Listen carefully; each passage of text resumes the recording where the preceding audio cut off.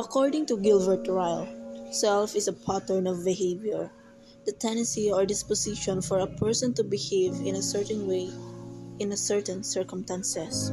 Naniniwala siya na bawat tao ay may iba't ibang personalidad at ito ang nagiging rason sa mga pangyayari sa ating buhay. Minsan positibo, madalas negatibo. Kahit gustuhin ko man na pumagitna sa dalawa, palagi sa huli ako inaalo ng tadhana. Minsan napapatanong ako sa sarili ko, kilala ko ba talaga ang sarili ko? Mag-aral ka ng mabuti, Isa. Gusto ko maging isang guro ka. Kasi yun yung pangarap na hindi ko natupad.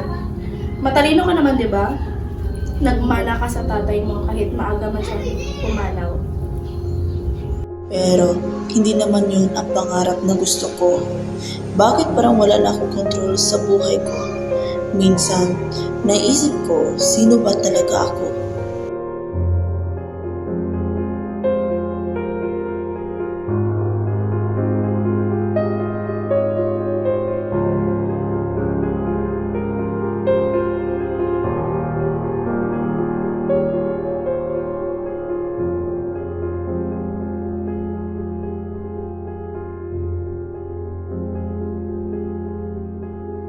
Nawawala ako sa mga mata ng iba, malayo sa pangarap ng aking ina.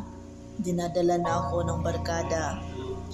Naglalayo na rin sa aking pag-aaral at nagiging problema.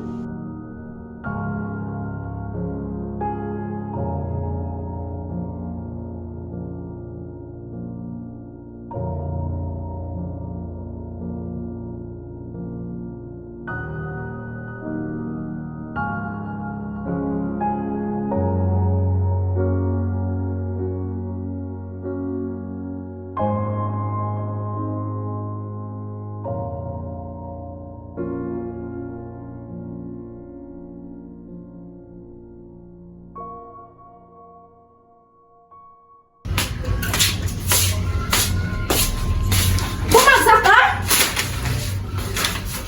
Ano ba nangyayari sa'yo, Isa? Pinapaaral kita ng maayos. Hindi ako gumagastos para magparimala ka sa pag-aaral mo. Dahil ba yan sa pamagana mo? Wala akong kakampi. Mag-isa lang ako. Kagaya ng mga nagdaang gabi, mag-isa lang ako. Sa 4 na sulok ng silid na ito. Tahimik na humihikbi para walang sino man ang makakarinig kung gaano ako nasasaktan palagi. At ang tanging kasama ko lang sa malamig na gabi ay ang aking panulat at papel. Kahit minsan, hindi ko naranasan ang sumaya sa lugar kung saan ako lumaki.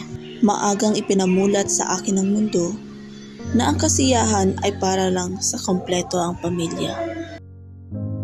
Minsan, gusto kong maranasan kung ano ba ang pakiramdam na may ama.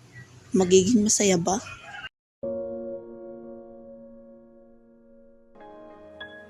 Akala ko, patuloy lang akong mabubuhay sa mundo ng mag-isa. Pero, sinong mag-aakala na mundong maingay at tila pa walang lugar ang taong kagaya ko?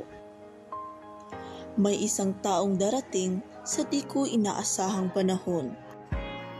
Siya ang yumakap sa akin kahit napuno ako ng pagdududa sa aking sarili.